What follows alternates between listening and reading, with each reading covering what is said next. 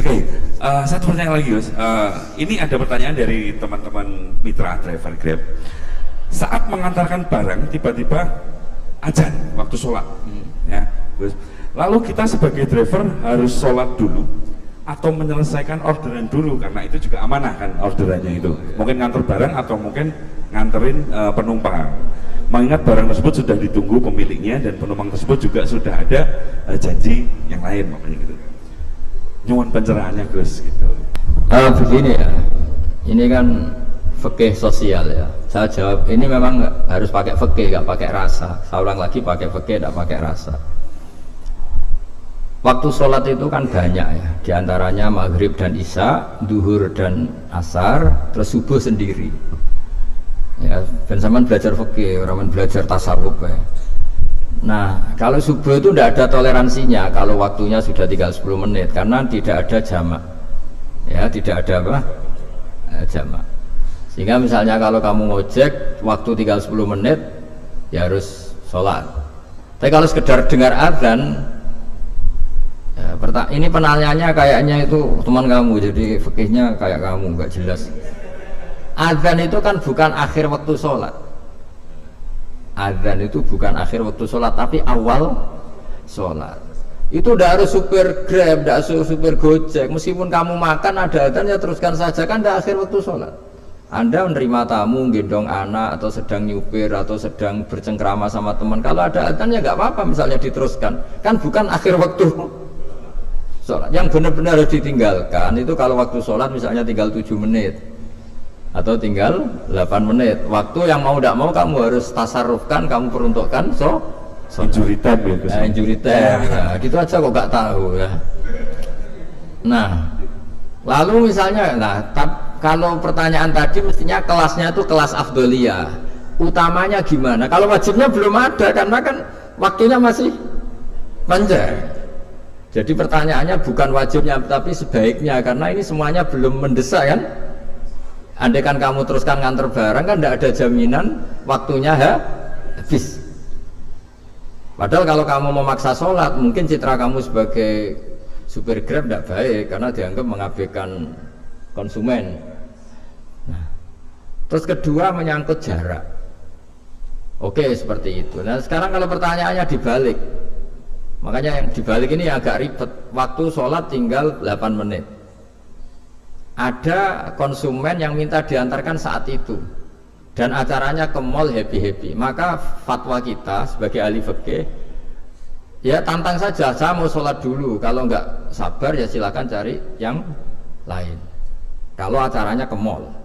Tapi kalau acaranya kelahiran atau transfusi darah atau mau nganterin darah ke pasien yang sudah koma, maka kita langsung, karena ibadah sosial itu didahulukan mengalahkan ibadah yang haknya Allah, karena Allah itu zat yang tidak butuh ibadah kalian.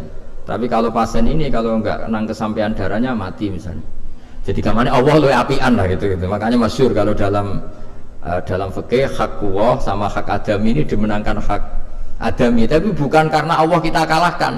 Allah tidak butuh itu semua gitu. Jadi dikalahkan tapi bukan karena kalah, justru karena tidak butuh. Ya ibarat gini lah, Allah itu saking baiknya Allah kan pasti di atas orang tua kita, itu pasti ulang lagi, baiknya Allah pasti di atas orang tua kita saja baik, apalagi Allah. Misalnya orang tua kamu butuh uang 5.000, adik kamu butuh uang 5.000, adik kamu yang kecil atau ya, kira-kira orang tua kamu tuh nyuruh dikasihkan beliau ke adik kamu, kira-kira ke adik kamu. Nah Allah itu saking baiknya, hal yang terkait Allah, misalnya tadi sholat tepat waktu sama ibadah sosial itu disuruh ibadah sosial, karena ini kalau nggak kesampaian transfusi darahnya atau apalah, atau kamu dokter yang harus mengurus operasi waktunya tinggal 5 menit, kamu harus ngoperasi pasien dulu karena Allah bisa menerima sholat kamu. Nah tak terangkan lagi, ini fikih terus. Lalu sholat yang apa? Kalau sholat itu antara maghrib dan isya dan nanti yang terlambat itu maghrib, kita ngikuti ulama yang mengatakan jika ada darurat maka maghrib dan isya boleh dijamak meskipun tidak atas nama pergi. Kan jarak kamu kan tidak jarak masafatu qasrin. Artinya apa? Misalnya saya dokter, harus operasi, waktu saya tinggal 8 menit mau maghrib, ternyata harus ada operasi. Kalau saya nggak nangani, mati. Saya harus operasi. Dan nanti waktu saya maghrib habis itu tidak harus dikatakan kodok atau yang mengeluarkan maghrib dari waktunya. Bisa saja menurut ulama dianggap boleh dijamak takhir dengan isya, karena kondisinya masih waktu jam'in. Begitu juga duhur dengan asar. Tapi kalau waktunya itu asar, tinggal 8 menit, kemudian harus ada operasi, ya kita operasi, waktu asar kita mundur sampai maghrib, namanya kodok yang dimaafkan Allah. Ya namanya tetap kodok, karena asar gak bisa dijamak dengan maghrib. Jadi ini fikih ya, jadi jawabnya harus jelimet. Jadi saya ulang lagi ya, tadi kan pertanyaannya dengar adzan. Kalau adzan kan waktunya masih panjang, apalagi misalnya maghrib kan waktunya kan taruh saja ada waktu seperempat jam. Ternyata andekan kamu antar hanya butuh waktu 7 menit, kan gak ngefek sama sekali. Nyanda. Gitu. Terus kalau driver umpamanya dapat order, ini yang tanya kamu malah mewakili dalam, kalau ada driver dapat orderan food, nganterin makanan, tapi makanannya non halal, itu bagaimana pripun? Nah makanya itu tadi, kamu tahu betul kalau itu non halal loh? Kalau itu sudah tahu pasti non halal. Nah, iya, daging Tyrannosaurus nonton mungkin. Ya makanya tadi itu memang PR kita di semua profesi. Saya ulang lagi, itu PR kita di semua profesi. Jadi ya itu makanya pentingnya istighfar tuh di situ tuh sudah kita sebagai ulama menghalalkan tidak mungkin, mengharamkan kamu juga demo, ini pekerjaan Gus. Tapi yang jelas itu tidak bisa dihindari. Ya sama lah seperti orang di bis itu. Kadang-kadang kan didoain, semoga semua penumpang hasil ke tempat masing-masing, dan kalau ada copet berarti kan doain copet juga hasil tujuannya. Jadi di semua profesi itu resikonya. Makanya tadi saya bicara tentang fikih. Kaidah umumnya menolong maksiat itu ya bagian dari maksiat, menolong taat itu bagian dari taat. Mau tidak mau harus ada hukumnya. Setidaknya barokahnya tahu hukum, kalau kita salah belum istighfar gitu. Sudah salah nggak merasa salah gitu. Jadi barokahnya tahu hukum itu paling enggak kan kita ya istighfar lah. Kan ya tadi seperti paket misalnya, kan ada saja orang paket yang jelas-jelas barangnya itu haram. Tapi atas nama profesionalitas kan mungkin tetap dikirimkan. Tapi barokahnya ngerti hukum, dia istighfar. Nah, tapi karena kalau kita menyarankan sudah ada usah pekerjaan yang lain banyak nanti kan rai-rai potongan tawakal dikandani ngono kan ya repot tuh. Nah kalau kita kiai guys gak apa-apa wis pangeran sugih.